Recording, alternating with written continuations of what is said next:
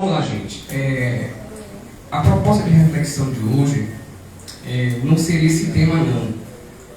Escolhi esse tema particularmente por dois motivos. Primeiro, porque a partir das minhas leituras de Leon Denis, um continuador da doutrina espírita após Kardec, juntamente com Gabriel Delane e Flamengo Camarion, é uma temática muito desafiadora entender essa problema do ser, do destino e da dor.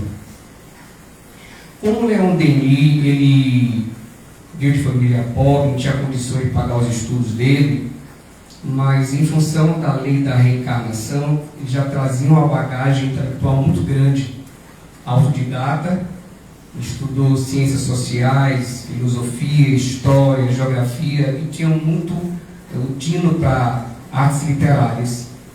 Inclusive, o tema de hoje seria sobre O Grande Enigma, que é uma obra excelente dele, fala sobre Deus, muito poético. Mas, de última hora, eu mudei para essa temática aqui, porque ele condiz com a minha realidade de hoje e de todos nós, né? O propósito da nossa vida, nosso propósito existencial é entender essa problemática do nosso ser, né, enquanto espírito imortal, não somente como ser humano. O grande desafio nosso de tentar superar as nossas dores, as nossas aflições, os nossos sofrimentos e o nosso destino. Qual é o nosso destino aqui enquanto encarnado e, sobretudo, na condição de espírito encarnado, de espírito imortal. Para quem não conhece, esse aqui é Leon Denis. Ele ficou cego, né, após a Segunda Guerra Mundial. Mesmo com a deficiência dele, ele aprendeu braille, que ele tinha a visão bem baixa, quase cego praticamente, mas não o impossibilitou de continuar o trabalho dele, sobretudo a publicação no Invisível, que não foi a última obra que ele fez, né, após perder a visão quase completamente, com o auxílio de duas secretárias. O que diz que, mesmo quando impossibilitado, segundo as condições da matéria, ele conseguiu superar e dar adiante o seu propósito existencial. Vamos começar com o problema do ser. O que é o ser de fato? Se nós pegarmos todo o conhecimento da história da humanidade, das ciências sociais, a sociologia, a antropologia, cada um no seu foco de estudo, vai definir o ser humano de diversas formas. Como ser político, como ser social, né, que lá vem lá de Platão e Aristóteles, como ser de inter-relação, como ser dotado de uma estrutura psíquica, né, já na abordagem psicológica, psiquiátrica, como ser biológico, o que a biologia diz em relação ao que é o ser humano, dotado da espécie, né, de Homo sapiens, né, que tem dotado do reino animal, animalia, que nós somos animais ainda, a biologia não considera como reino hominal. É uma terminologia que nós utilizamos muito na doutrina espírita, só que a biologia não considera isso, porque para ser reino hominal, teria que ter outras espécies ou tipos humanos como espécies ou como raças. Esse conceito não existe, né, dentro da biologia, não existe raça, existem etnias. Então, isso no termo biológico não é correto. Então nós somos o que? Da espécie, né, humana, Homo sapiens, sapiens, né, que vem de sapiência, que é aquele que sabe, que tem consciência da sua própria existência.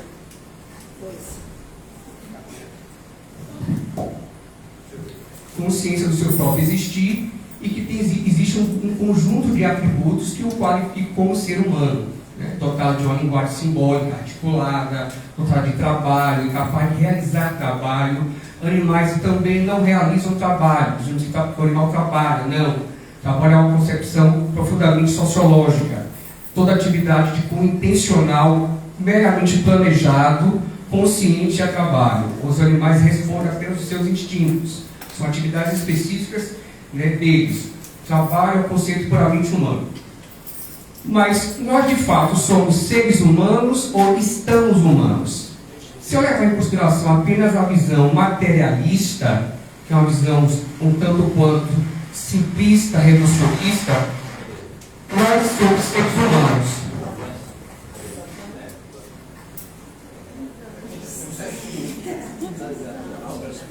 Pode bater, senão não. Mas hoje a palestra está aqui.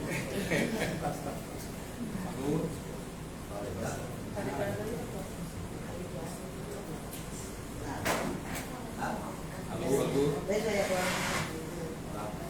Alô.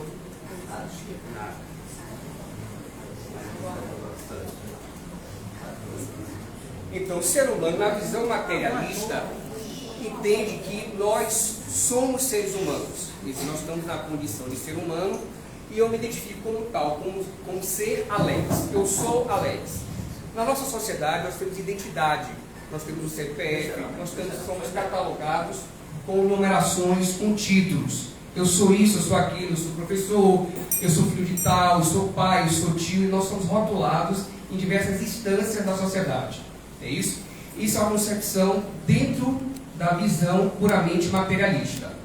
Mas será que de fato eu sou apenas Alex? Se eu levar em consideração ao plano material e de que a minha vida acaba aqui e agora, e que eu sou desta era, do século XXI, e que não tive outras vidas, eu posso considerar uma concepção correta dentro da visão materialista. Mas se nós pegarmos a visão espiritualista, eu não coloquei espírita ali, coloquei espiritualista, de propósito, que já vai ampliar a concepção do espiritismo, que outras filosofias também são espiritualistas, têm a mesma noção.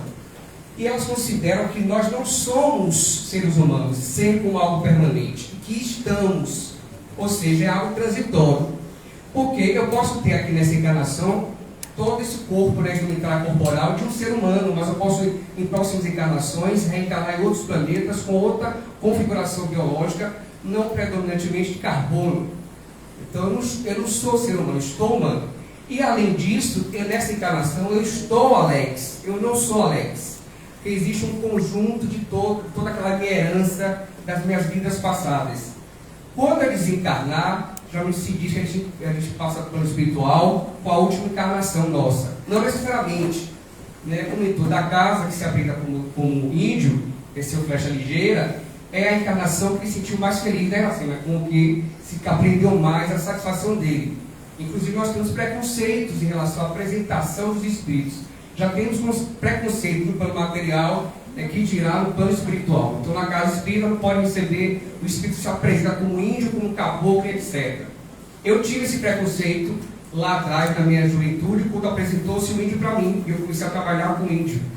Eu fiquei estranho com isso, porque no centro que eu trabalhava, todo mundo recebia médico, mentor de não sei de quê, do planeta, etc. Eu ia apresentar aqui, recebia índio, né?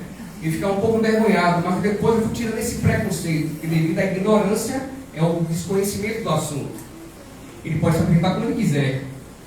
Então, eu estou Alex nessa encarnação. Eu estou professor. Eu estou filho de Antônia, de Luiz. Eu estou fazendo parte desse centro espírita. Eu posso, na próxima encarnação, fazer parte de um outro centro espírita, que não seja esse mesmo nome, com outro grupo ou não. Então, fica em aberto. Então, vamos parar essa questão de que eu sou e eu estou. Eu sou espírito imortal. Essa é a concepção que devemos ter. Eu sou espírito imortal, imperecível, indestrutível, de natureza imaterial.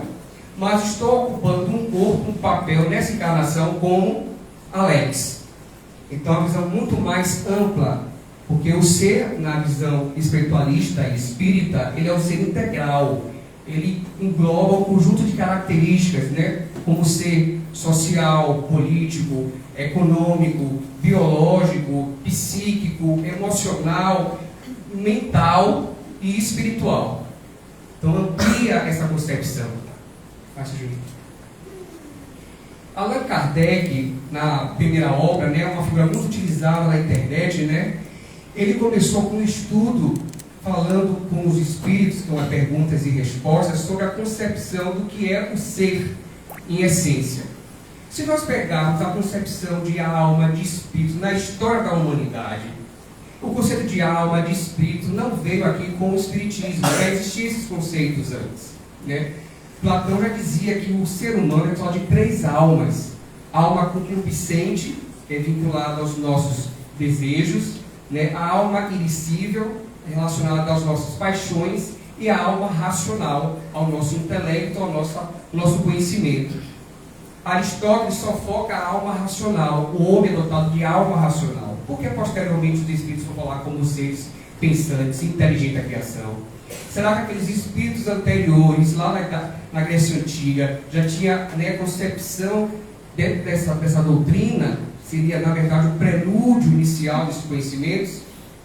Ele diz que o ser humano, Aristóteles, não é dotado dessas almas, somente a alma racional e intelectual. O animal de uma alma sensitiva e o vegetal de uma alma vegetativa, que responde a reproduzir, né, de se alimentar, de realizar fotossíntese, é algo bem limitado. Allan Kardec, no século XIX, ele vai fazer uma ponte de que entre o espírito e o corpo existe um elemento intermediário. No século XVII, Descartes já definia que o homem é constituído de corpo e mente, né, que é res cogitam, que é a mente, né, a alma, e res extensa, que é o corpo, além de res infinita, que é o infinito, que é o Deus que considerava. Mas eu não consegui explicar de como o espírito ele atua na matéria. Porque se o espírito ele é, de fato, algo imaterial, como é possível ele atingir a matéria? É a primeira questão, o primeiro capítulo do livro dos médiuns lá. Há espíritos? Então a dúvida concernente à existência ou não dos espíritos é justamente o desconhecimento, a ignorância da sua real natureza. E ele parte do princípio de que o ponto de partida do postulado espírita é de que, de fato, existe alma, existe espírito, porque existe individualidade. E essa individualidade, ela é pré-existente à formação do corpo e sobrevivente após o desencarne. Allan Kardec, no século XIX, e dentre outras filosofias espiritualistas, mas ele focou mais nesse aspecto científico, a partir de observações, de fatos, e não de deduções, que a ponte entre o espírito propriamente dito e o corpo físico, ou o corpo somático, é o perispírito. Já faz essa ponte, esse corpo energético, fluídico. Posteriormente, nas obras de André Luiz, ele vai ampliando o conhecimento. Você tem um conhecimento progressivo da doutrina espírita.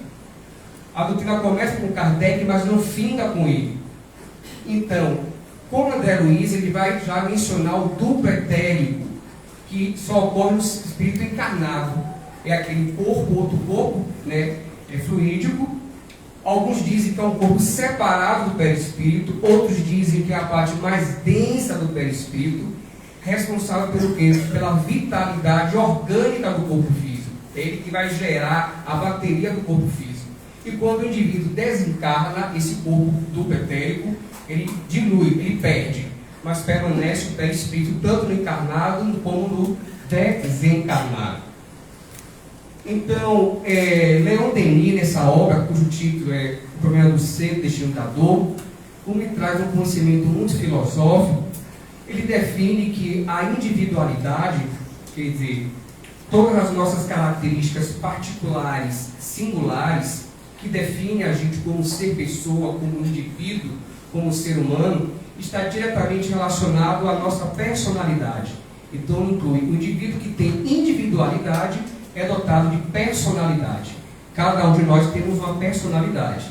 E essa personalidade é justamente um conjunto dessas características, dessas condições que nós vamos construindo, tanto por fatores internos, genéticos, hereditários, sobre fatores ambientais, né? A nossa cultura, o costume, as tradições, né? A educação da nossa família, as instituições familiares, escolares, tudo isso contribui para a formação da nossa personalidade.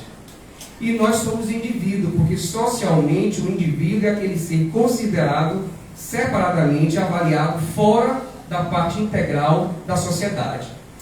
Mas aí que vem Joana, nas suas obras, da sua série psicológica, nos diz que não, individualidade é uma coisa, personalidade é outra coisa. Nós, como seres encarnados, na condição da visão materialista, as duas concepções são intrínsecas.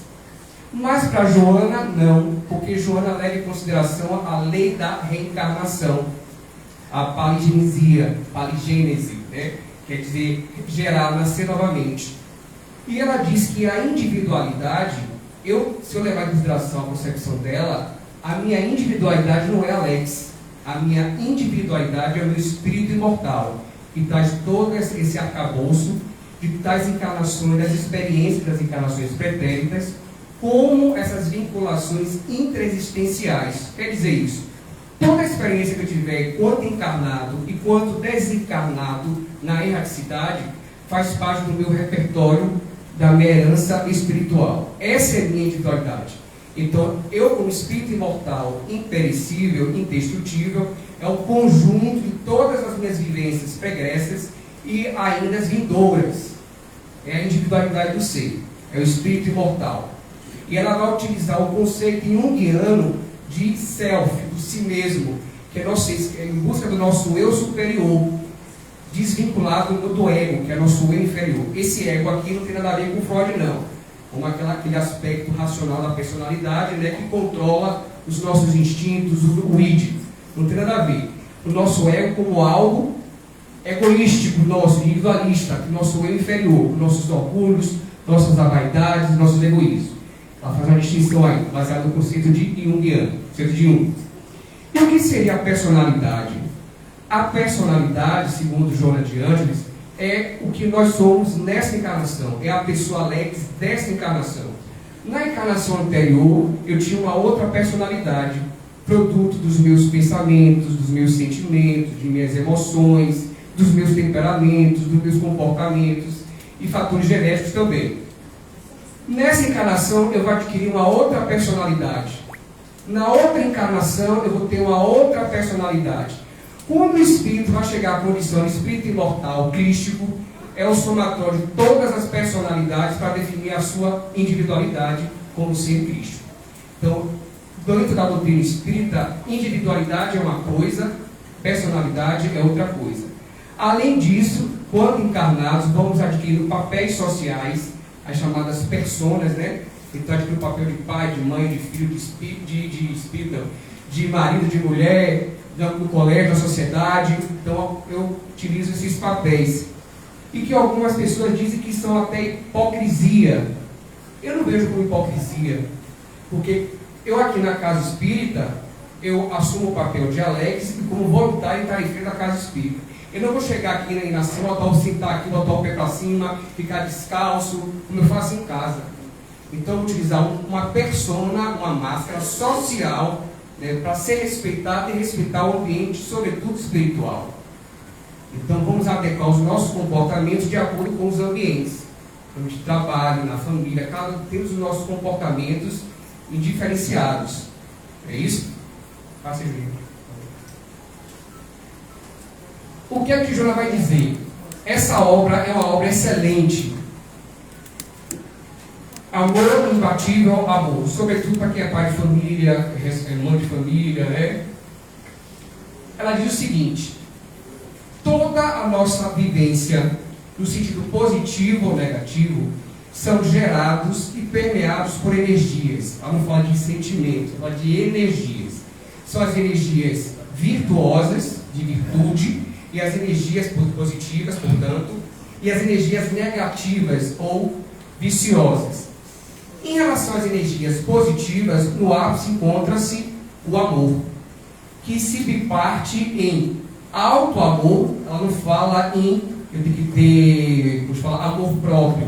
Ela diz não é ter amor próprio, porque amor próprio vai desenvolver o orgulho e a vaidade. É ter o auto-amor e o halo-amor. Halo do latim, o outro, é amar o outro próximo. O halo-amor depende da reflexão de nós mesmos. E o halo-amor é a atenção que nós temos para com o outro. Daí de alter, né? De alteridade, né? Autoridade, é a alteridade, o outro, respeito ao outro. O que ela diz é muito interessante. O ser essencial é amor. No entanto, no processo de despertamento da sua potencialidade divina, já que nós somos centelhas de Deus, adquire expressões não legítimas que passam a atormentá-lo, já que fazem parte do processo de maturação através de negatividades que são o desamor e as máscaras do ego, expressando-se como pseudo-amor. Eu gosto muito de falar isso, de amor, pseudo-amor, desamor, que é muito interessante essa visão dela. Como nós estamos em processo de evolução, utilizamos as máscaras do ego, são as expressões ocultas do nosso ser. Como o Leon fala, o problema do ser. Será que nós conseguimos investigar de fato o nosso ser? Ou nós estamos mais por parecer na sociedade que nós vivemos? Haja visto as redes sociais, ninguém mostra lá doente, triste, depressivo, não. É feliz, alegre, na praia, sorridente, bota 1 quilo de maquiagem na cara, não é isso? Bota lá bronzeadinha, está errado não. Porque a sociedade nos exige que nós sejamos felizes a todo momento. Não podemos ser tristes, não. É feliz a todo momento. Se você sentar diante de uma pessoa que vai falar de dor, de depressão, de angústia, ninguém quer ouvir. Ninguém quer ouvir. Essas máscaras do nosso ego, que encontra-se no nosso pseudo-amor, elas chamam-se justamente aquelas nossas máscaras que fingimos ser aquilo que nós não somos ainda. E ela diz, sobretudo, o perfeccionismo, o puritanismo, o fanatismo, a autopiedade exacerbada, tudo isso são máscaras do ego. Porque o perfeccionista é considerado um pseudo-amor? Porque aquele que pensa que não vai errar nunca, que é o ser perfeito, eu sou superior, ele não vai aceitar a inferioridade do outro, ele vai criticar o outro. É aquele marido que se acha superior à esposa porque ele trabalha, né, é o mantenedor da casa e ela não trabalha. Ele começa a depreciá-la, porque ela não trabalha, ele se acha superior. O fanatismo é quando temos aquele devotamento exacerbado de uma ideia, de uma religião, o que causa catástrofe na sociedade, no mundo, na humanidade. Pessoas que matam em função de ideias ilusórias dogmáticas, incredices ligadas a superstições. Ela diz que um dos grandes males da humanidade é justamente o fanatismo, que é justamente você colocar o véu no seu rosto em função da sua ignorância e não procurar descobrir como vive o outro e como o outro enxerga e percebe o mundo e a sociedade. Só que o pior disso tudo é o desamor, porque é o desamor que nos destrói. Ela não fala em ódio, ela fala em desamor, porque dentro do desamor existe o ódio, existe a mágoa, existe o rancor, existe a ira, existe a cólera, tudo que nós temos ainda, precisamos ainda o que? Lapidar essas emoções. Fala-se muito que em destruir, eu tenho que destruir em mim esse homem velho, matar o homem velho. Ela disse não é matar, porque você utiliza em matar, já traz em si essa energia negativa. Não é matar, é transmutar o homem velho, né, vicioso, em um homem novo, virtuoso. Então é uma concepção bastante interessante nessa visão profunda do ser imortal, que é a nossa essência divina, o ser essencial. Nós somos amor. Ela disse que nós somos seres lucigênitos, quer dizer isso, filhos da luz, somos filhos das estrelas, do cósmico. Então nós somos luzes e basta procurar essa luz dentro de nós. Mas ainda usando as máscaras do pseudo-amor, do nosso ego, do nosso egoísmo, do eu em primeiro lugar, em segundo lugar o eu, né? Kardec nos diz que as duas piores chagas da humanidade é o egoísmo e o orgulho, e todas as são derivadas dela, mas são as derivantes das demais. Então devemos cultivar este amor. É amor de fato, mas é amor que a gente não conhece, que é o amor ágape. A gente pensa que o amor é a relação amorosa com o parceiro, com a parceira, ou até o amor obsessivo de domínio da mãe para com o filho, do pai para com o filho, e às vezes não sabe que amor é uma dependência emocional, e elas pensam que amor não é amor, porque amor liberta, amor não prende, não fica sob a dependência do outro. Se nós temos essa condição de seres, né, imortais, nós não somos ainda perfeitos, somos perfectíveis, vamos transitar, né, ainda da imperfeição para a perfeição. Ela diz que todo o nosso lado negativo, que é o nosso lado sombra, o nosso mal, são os nossos vícios. E todo o nosso lado positivo, as energias positivas, o bem, são as nossas virtudes. Eu peguei aqui um filósofo, Erich Fromm, que não é espírita, que gosta de mesclar pensadores espíritas e não espíritas, a gente avaliar também que fora do mundo espírita Tem pessoas que refletem de acordo com a doutrina espírita. É o que Kardec diz, que são espíritas sem saberem os seus discursos, nas suas oratórias e nos seus escritos. Olha o que ele diz. O bem é a afirmação da vida, o desenvolvimento das capacidades do homem. A virtude consiste em assumir responsabilidade por sua própria existência. O mal constitui a mutilação das capacidades do homem.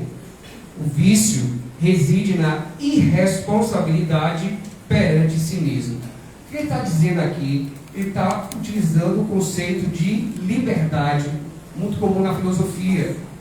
É muito complexo, inclusive, né? O que é o ser livre e o que é o livre-arbítrio dentro da concepção espírita. Será que o nosso livre-arbítrio, de fato, ele é irrestrito?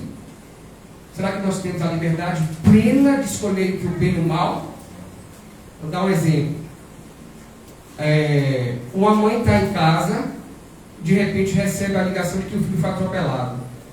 Ela teve o livre-arbítrio de escolher de o filho ser atropelado lá fora, de ser assassinado. Temos o controle absoluto sobre a vida do outro, sobre a nossa própria vida. Pode vir um lunático que quer dar um tiro. É o livre-arbítrio meu de ser assassinado. Aquele que é homicida, assassino, não está nem no planejamento encarnatório dele, que Deus não permite isso. Está na minha programação em reencarnatória, vínculo criminoso e matar o meu irmão. Jamais Deus permite isso. Ele utilizou o livre-arbítrio dele naquele momento para fazer o mal. Mas não é algo absoluto. Entende? O que são os vícios? O que são as virtudes, segundo a doutrina espírita? Justamente o vício é todos esses nossos males, todas as nossas viciações, as nossas paixões inferiores, que nós utilizamos com irresponsabilidade, com liberdade, mas com irresponsabilidade. Já as virtudes não, são as nossas qualidades, os nossos atributos positivos, que nós utilizamos com liberdade, com responsabilidade. Não existe liberdade sem responsabilidade e sem moralidade. São conceitos que estão fundidos, unidos. O indivíduo só tem o livre-arbítrio pleno quando ele é responsável por seus próprios atos. Um indivíduo que nasce nessa encarnação deficiente mental, uma espécie de idiotia que era utilizado na época de Kardec, né? Ele é livre pelos seus atos? Não. Ele não é responsável pelos seus próprios atos. Então a liberdade ou livre-arbítrio não é pleno. Tem situações que é restrita. E a nossa liberdade tem que ser condizente com as leis divinas. Então a liberdade plena existe, o livre-arbítrio pleno existe. Eu posso fazer o mal, sim, mas eu vou responder pelo mal que eu fiz. Pode ser nessa encarnação ou na próxima encarnação, porque está dentro de um determinismo absoluto divino, que é a lei da encarnação. Quais são as fatalidades que podemos ter? Nascer, morrer e reencarnar. Isso é inexorável do ser humano e de outros seres de outros planetas. Então não podemos fugir disso. E pensa-se como a lei de causa e efeito. Eu já até ouvi, né, alguns espíritas, expositores falando a lei de causa e efeito como a lei de reação, ação e reação da física, que não tem nada a ver. Não tem nada a ver uma coisa com outra. Uma terceira lei de Newton, né, que toda ação tem uma reação de mesma força, intensidade e sentidos contrários. Então não podemos pegar uma lei de causa e efeito, que é o determinismo da física, das ciências naturais, e forçosamente aplicar às ciências humanas ou ao espiritismo. Como é que se processa a lei de causa e efeito segundo a doutrina espírita? Em linhas gerais, a priori, toda ação positiva acarreta numa reação positiva. E toda ação negativa acarreta numa reação negativa. Mas aquele espírito que está encarnado agora e que se corrompe, e que corrompe o outro, se enriquecendo, tendo boa vida, assim, poxa, Deus não castiga, já dizem, Deus não castiga aquele indivíduo que está prosperando, né, espoliando o outro, e aquele que sofre, que é humilde, né, que está sofrendo, batalhando, uma pessoa boa, porque essa lei de causa e efeito não é determinante nesta vida, ela é um conjunto de reencarnações. eu posso ter resposta dela nessa encarnação imediata, mas ela pode também ser postergada para as próximas encarnações. Então, no Espiritismo e muitas doutrinas espíritas, tem conceitos que não vão encaixar perfeitamente se nós destituirmos do conceito de reencarnação. Temos que levar em consideração a reencarnação do ser. E todos nós passamos por essas provações, por essas expiações, querendo ou não, acreditando ou não. E o problema do destino? Será que o nosso destino é traçado de fato? Fala-se do fatalismo, determinismo e o livre-arbítrio. Falei já do livre-arbítrio. Determinismo é um conceito tão amplo, o determinismo, né, que tem o determinismo biológico, né, o psicológico, de que o comportamento de alguns indivíduos na sociedade depende da sua formação, da sua personalidade, do seu caráter, ou o código genético pode influenciar no indivíduo o comportamento agressivo de alguns homicidas e até suicidas, vem impregnado do código genético, já tem cientistas pesquisando a respeito disso. Mas será que esse determinismo é pleno? Será que esse livre-arbítrio é pleno? Penso que, na verdade, existe uma síntese, uma integração entre um e o outro. Então, passamos por fatores deterministas e, ao mesmo tempo, da liberdade. Porque existem situações que independem da nossa vontade. Existem padrões culturais, existem costumes, cultura que devemos seguir na nossa sociedade. E esse código moral do que é correto para a gente é incorreto para o outro. No Oriente Médio, um homem bom é considerado como é moral para eles lá. Para a gente é imoral. Mas qual a verdadeira moralidade que a doutrina espírita nos prega? Independente de cultura, de padrão cultural, de civilização. O que vocês acham? Qual seria a conduta moral, ético-moral, universal, independente de civilização, de cultura, de mundos e planetas? O que vocês acham? Qual é aquele que penou milhares de milênios para reencarnar, densar o seu perispírito e dar essa prova de amor para a gente? Que o Espírito diz que os Espíritos, de no livro dos Espíritos, que é o ser mais perfeito, né, que a humanidade pode aspirar, é Jesus. É o nosso irmão maior. E ainda dizem que ele sofreu, ele deu a sua vida na cruz para nos salvar. Vemos ainda o sacrifício como uma forma de libertação, um martírio. Eu vou falar posteriormente em detalhes. E o fatalismo? O que é o fatalismo? Existe fatalidade na vida, gente? O que vocês acham? Segundo a doutrina espírita, o fatalismo. Eu nasci assim, eu morri porque estava no meu. Eu tomei um tiro porque estava na minha programação e porque Deus quis. Será que Deus quis utilizar o outro indivíduo para fazer matar o outro desnecessariamente? Será que estava na programação? Então já ouvi também alguns espíritas falarem isso. Estava na minha programação. É o meu karma. É outro conceito que eu discordo completamente da doutrina espírita, ao utilizar o termo karma. E vamos encontrar muito dele. Muito se tem, inclusive, nas obras de Joana, nas obras de André Luiz, e eu discordo completamente. Não tem nada a ver com a proposta espírita ou a concepção budista e hinduísta do que é o karma. Eu venho aqui para pagar, para sofrer. Outra concepção que eu também discordo, que é eu vim aqui pagar dívidas. Eu vim aqui pagar dívidas, resgatar. É uma relação financeira monetária com Deus que não sei o que é isso não, né?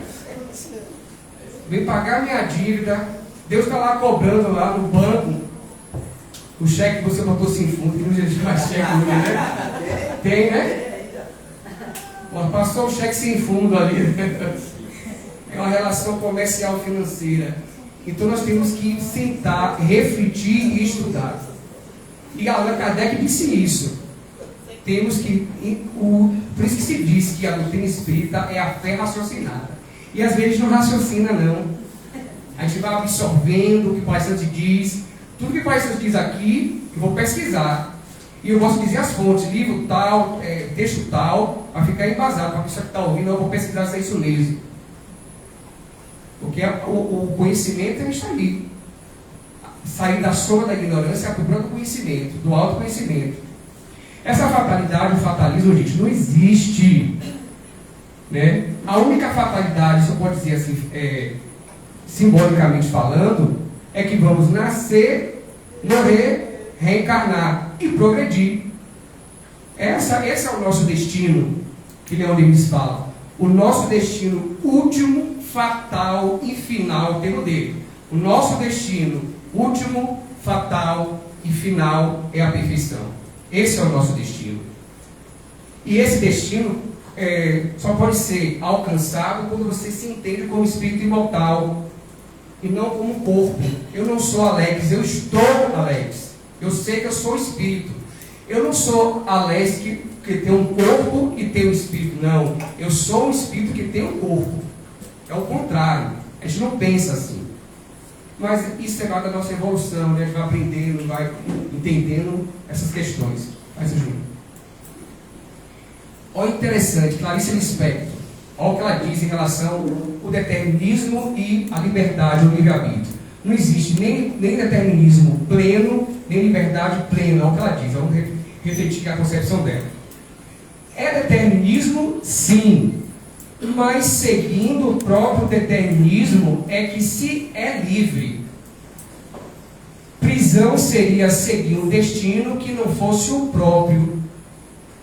Há uma grande liberdade em se ter um destino.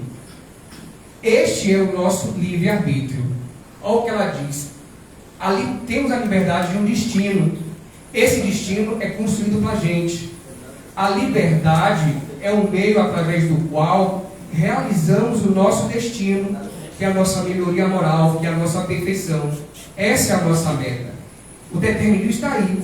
O determinismo é quando existe o destino do nosso próprio livre-arbítrio, de aprender as lições divinas, sobretudo morais, para o nosso autoaperfeiçoamento, para o nosso autoconhecimento, para a nossa autotransformação. Então não existe determinismo pleno, nem livre-arbítrio pleno. Existe uma síntese e uma integração dos dois. Agindo. Qual a diferença entre provação e expiação? São outros conceitos que a gente passa, difícil de compreender. Porque nós utilizamos aquela muleta psicológica, é uma conotação psicológica que nós utilizamos. Que eu vim sofrer, que eu vim pagar, eu estou sofrendo. Às vezes nós permitimos que o outro pise na gente. Nós não criamos força para enfrentar dificuldades da vida. Eu passei por cada um ano passado, mas estou aqui, não me entreguei, porque aprendi com minha avó, eu não esqueço disso. Eu tinha 10 para 11 anos, na Ilha de Maré. Ela disse assim para mim, isso foi gravado na minha mente: não deixe jamais o mundo te abater, te humilhar, te dizer que você é inferior. Não é que você vai revidar com a pedra na mão, você vai utilizar a mesma moeda, gritar, desrespeitar o outro, mas você se impor, porque a gente só tem o respeito do outro quando a gente se auto-respeita. Então aquilo ficou gravado na minha mente, e isso nunca mais esqueci. Aquela mulher de força, né, passou por situações, e a mulher guerreira, assim como minha mãe. Então não deixar abater qualquer dor, qualquer sofrimento, não. Então eu me inspiro na minha avó e na minha mãe. Qual a diferença entre provação e expiação? Segundo Emmanuel, na obra Consolador. A provação é luta que ensina ao discípulo rebelde e preguiçoso a estrada do trabalho e da edificação espiritual. Todos nós passamos por provações, querendo ou não. A provação não necessariamente está alicerçada na dor, no sofrimento. Pode ser até a dor como um exemplo de luta para os outros, como Francisco de Assis, próprio Jesus, né, próximo da gente, irmã Dulce, que estava aí na rua, né, limpando pessoas com feridas, sempre pegando doença, pneumonia, tuberculose. Ela estava ali, não tinha nojo do irmão, né? Ela sabia do papel dela, foi a provação dela, e nunca, né, se endureceu. Uma outra que é guerreira, essa daqui, tem costas largas, Dona Iracema, nunca chegou aqui reclamando da vida, de nada. Ela pode passar os perrengues dela, mas nunca nada disso. É outra que está aqui, firme e forte, batalhando aqui nessa casa há 22 anos. 22 anos. 22 anos. Ó, o marido desencarnou, está aqui na sala, mas está aqui ó, no mural, dando apoio a ela aqui no plano espiritual, juntamente com o filho e o neto aqui presente.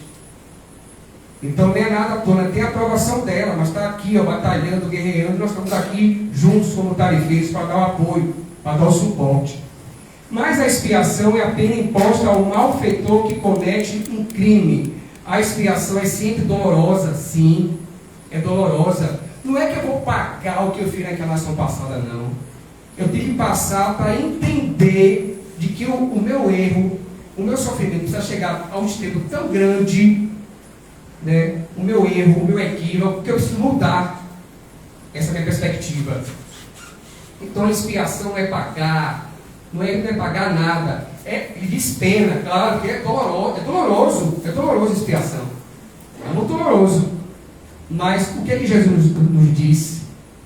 No mundo tereis aflições. Isso não quer dizer que eu vou me sujeitar apenas às aflições. O que é que o Evangelho, lá, segundo o Espiritismo, nos diz? Existe o bem sofrer e o mal sofrer. O que é isso? O bem sofrer, sofrer bem. Sofrer bem é sofrer com resignação, com resiliência, né? E os psicológicos aqui se utilizam muito na psicologia, né? A resiliência, se adaptar, enfrentar situações de desajuste, de estresse, não é isso? E aquele que passa por suas dores precisa de ajuda, gente. Precisa procurar um psicólogo, esse preconceito não. Quiçá o psiquiatra, o terapeuta, para se conhecer, para se enxergar, ver suas dificuldades, precisa de ajuda. Se não tem ajuda em casa, tem ajuda de um amigo, de uma mãe, de uma irmã, de um tio, de um vizinho que você tem, né, a proximidade. É o nosso papel ajudar uns aos outros. Tem que ser recíproco essa ajuda. Assim. Provação. Eu coloquei aqui um esquema de como acontece a provação e a expiação. Todos nós passamos por provas, nessa encarnação e nas outras. Essa aprovação, quando ele vai fazer vestibular, fazer o Enem, não tem uma prova, se vai ser aprovado ou reprovado, de acordo com o seu empenho, desempenho, não só conhecimento, né, intelectual, mas a nossa inteligência emocional, que é tão muito grande hoje, né, nas empresas, né, inteligência emocional. Um chefe que não tem inteligência emocional para tentar, né, administrar os conflitos de uma empresa, a empresa derruba, vai junto com ele. Provação, acerto, erro. Há duas opções: ou eu vou acertar na minha provação, ou eu vou errar. Se eu vou acertar, beleza, então a experiência bem sucedida. Eu fui avaliado, consegui superar aquela situação, eu tive o êxito, foi a minha conquista. Pronto, fui aprovado. Mas a situação é que a gente erra com a aprovação. O que acontece com o erro? O erro é uma experiência mal sucedida. Vixe, fui mal, estava preparado para enfrentar aquela situação enquanto encarnado. Pronto. Aí você vê ela como um insucesso, um fracasso. Pronto, sou nada, não consegui resolver, problema financeiro, familiar, de relacionamento, não consegui resolver. Aí vem a reprovação. Eu fui reprovado. Se aquele espírito recalcitrante, reincidente naquele erro, ele vai nas próximas encarnações passar por expiação. Às vezes ele passa por os dois ao mesmo tempo. Olha a expiação. A expiação não é punição, não é castigo de Deus. Eu passei por uma reprovação, não passei no vestibular. Vou estudar mais. Vou me tacar no livro. Vou estudar mais para no ano seguinte eu ser aprovado. Porque vem de confiança, é a fé. A fé não é só religiosa não, fé é confiança. Vem de fides em latim, fidelidade. Ser fiel aos seus ideais. Tem fé em Deus, tem fé em si mesmo, tem fé no outro inclusive. Então vamos transformar essa reprovação em uma reparação. Então a expiação, ela tem que ser entendida como uma reparação. Existe um arrependimento, claro, né? Eu passo pela expiação, exato, entendendo como uma reparação, para sair, superar a situação. Dessa reparação, eu passo por uma experiência, que é uma experiência desafio. Ela é mais dolorosa, é mais difícil. difícil não, como me chamou a atenção, Nilda. Alex, não diga que é difícil, diga que é trabalhoso. Pedi com ela. É mais trabalhoso, árduo, para a gente chegar à conquista, aprendizado. Quer dizer, através dos meus erros, das minhas faltas, dos ditos pecados, entre aspas, cheguei à conquista, aprendizado. Consegui superar e você sai mais fortalecido na situação. Passei por experiência dolorosíssima, física, psíquica, mental, emocional e espiritual. Mas tenho espíritos aqui que oram por mim, amigos dessa casa, encarnados, desencarnados, meus familiares. Eu passei por experiência transcendental lá na UTI, que eu nem disse nem a metade à minha mãe. Eu passei por um processo que eu estava mais para lá do que para cá. Eu estava 24 horas mediunizado, vindo toda a espírito, vendo a irmã Isabel, lá fazendo imposição no acesso, que é uma trabalhadora da casa, trabalhava com minha mãe, sabia, com uma freira. Seu Flecha Ligeira, que nunca me abandonou. Desculpa.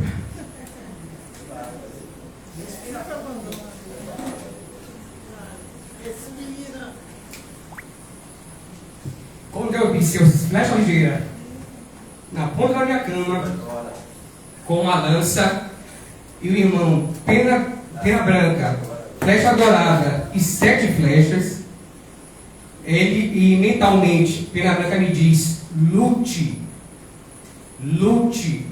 mostre que você é forte, lute. Mesmo que eu desencarnasse, a minha luta, para não me abater, mesmo que eu desencarnasse, eu entendi, na mensagem dele, que a minha luta seria muito importante para a minha passagem. Porque eu não sairia com um sentimento de raiva, de ódio, de rancor, mas se superasse ali o meu estado emocional. Eu não poderia superar até minha desencarnação. Poderia, se for da minha hora, seria a minha partida mesmo. Mas ele me disse mentalmente, eu consegui compreender a mensagem. No final, seu flecha com a luz superior a eles, mais alto, uma luz imensa, inclusive a enfermeira sentiu e viu essa energia dele lá. E eu fico muito agradecido com isso. Então, é da expiação da dor que eu entendo como uma reparação. É uma experiência, desafio, foi dolorosa, mas eu conquistei um aprendizado com a minha luta, com a minha dor. Ok? Passa adiante. E o problema da dor, já entrei, né? O problema da dor. Observe essas imagens aqui, ó. Tem aqui os faquires, o faquerismo, né? Que é um procedimento na Índia, com alguns monges que tentam superar as suas dores físicas. Existe um estudo de um psiquiatra norte-americano chamado Adam Smith, que ele fez estudo com esses caras. Algumas pessoas colocam todo um misticismo atrás, né? Energia sobrenatural, etc. Aí fizeram um estudo com um deles e verificaram que, na verdade, existe uma supressão do sistema límbico, ou seja, do sistema responsável pela dor do nosso organismo, pela dor física, aquela sensação, né, fisiológica desagradável, né, em função das terminações nervosas, quando é excitada por algum estímulo externo ou interno, né, através dos receptores. E os receptores que ficam espalhados na nossa pele, nas articulações e alguns órgãos internos, para eles ficam inativos, é como uma corrente, né, nervosa não passa naquele momento. Ele consegue superar a dor. Eles não conseguem explicar como é que eles conseguem, através da meditação, né, do transe, que é uma espécie de transe que eles fazem, suportar essa dor, deitando em cama de parafuso, de pregos, ficando horas assim, né, atravessando um corredor imenso, pisando em brasas.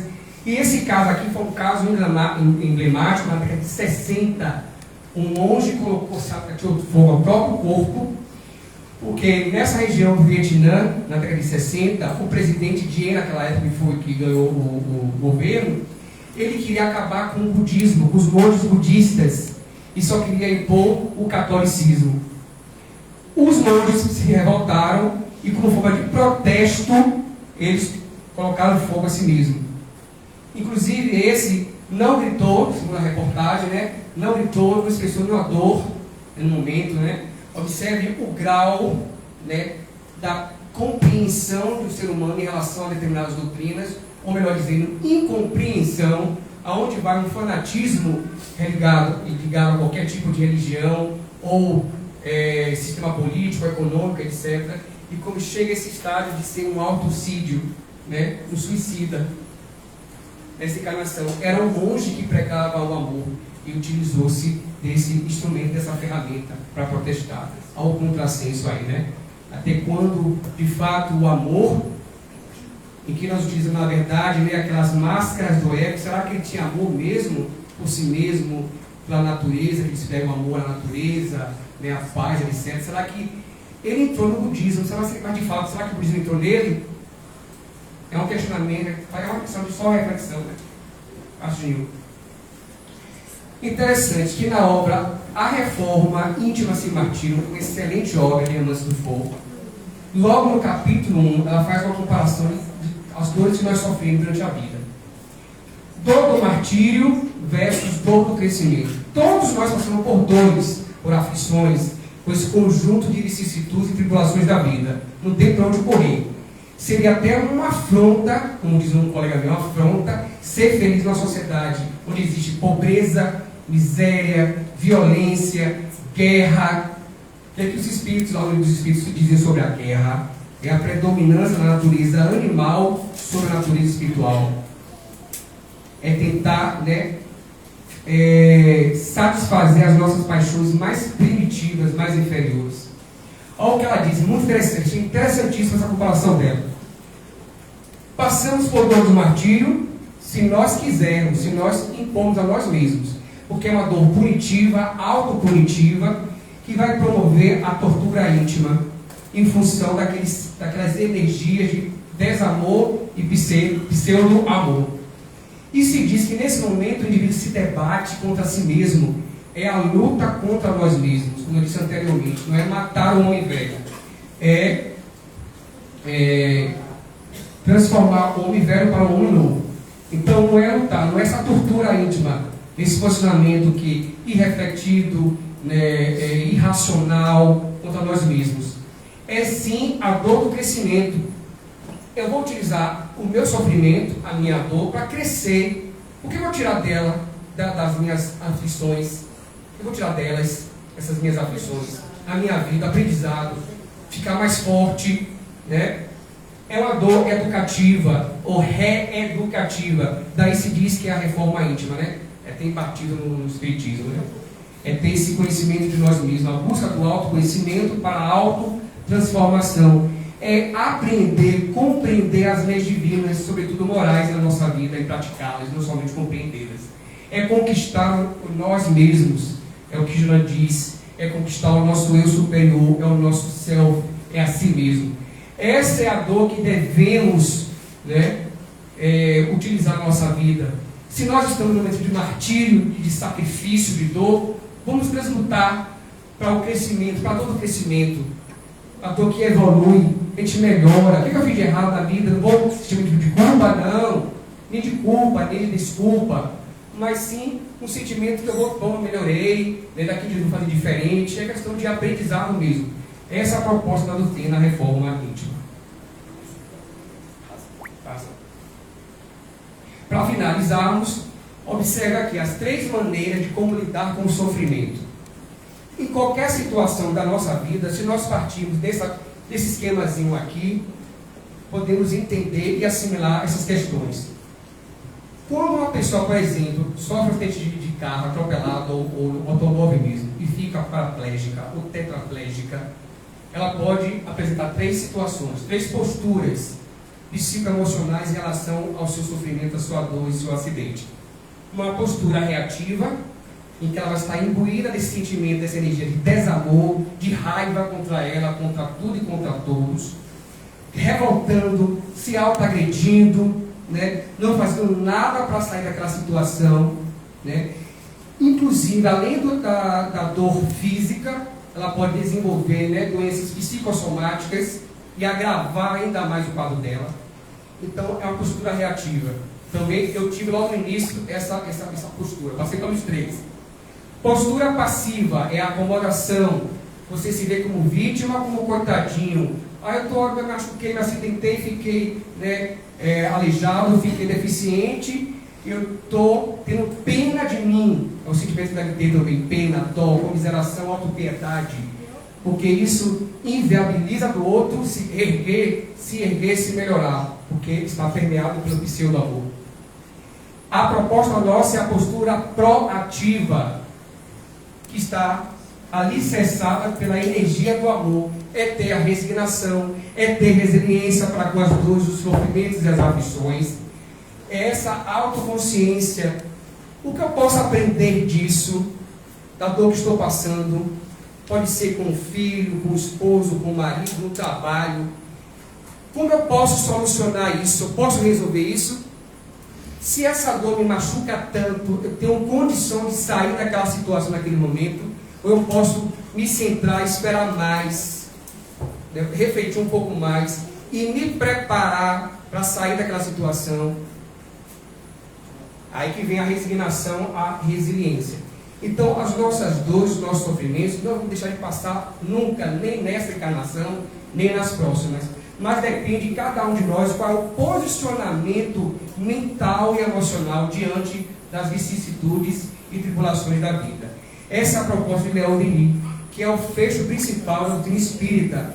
É refletir, problematizar na filosofia, você questionar de forma reflexiva, analítica, crítica, sobre a condição e a existência do nosso ser, né, do nosso destino, caminhando para espíritos mortais, e a nossa dor, e utilizar essa dor como fonte de aprendizado. Obrigado a todos que estão presentes.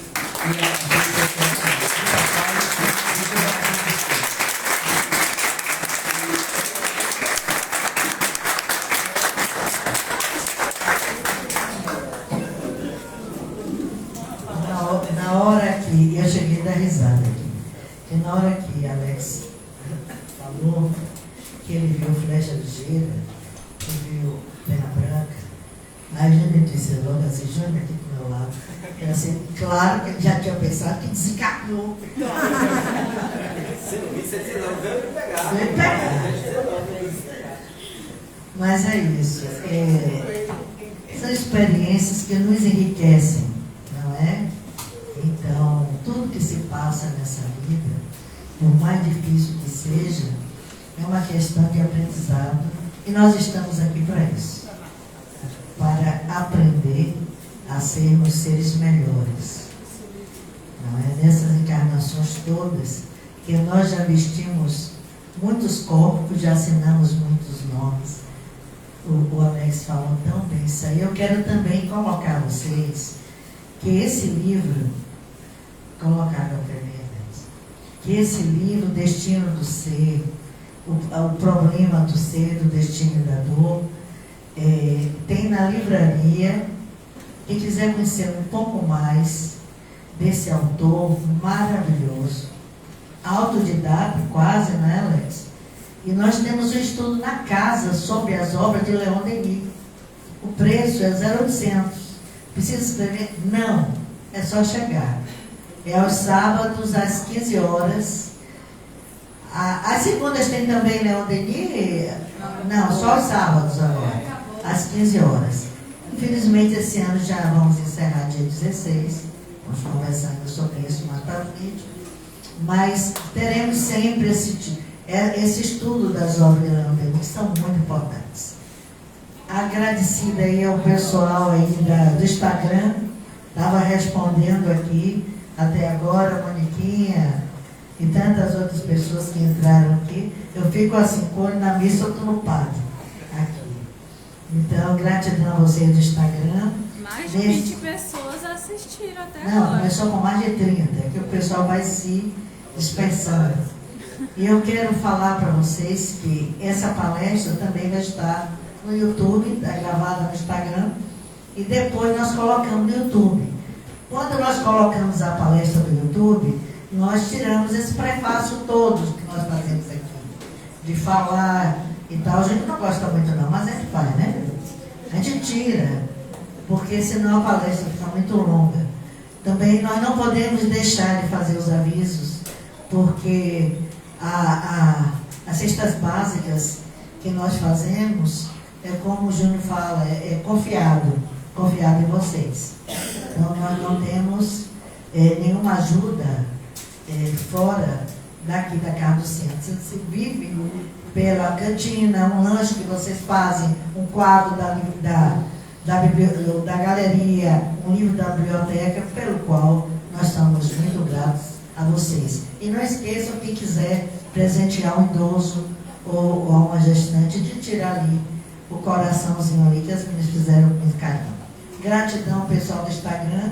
E terminado a primeira parte do nosso trabalho de hoje. Felizmente o pessoal do Instagram não vai ver, porque vamos ter que parar a transmissão, porque a luz fica muito baixa. Vamos aos passos. Trabalhamos com muita música,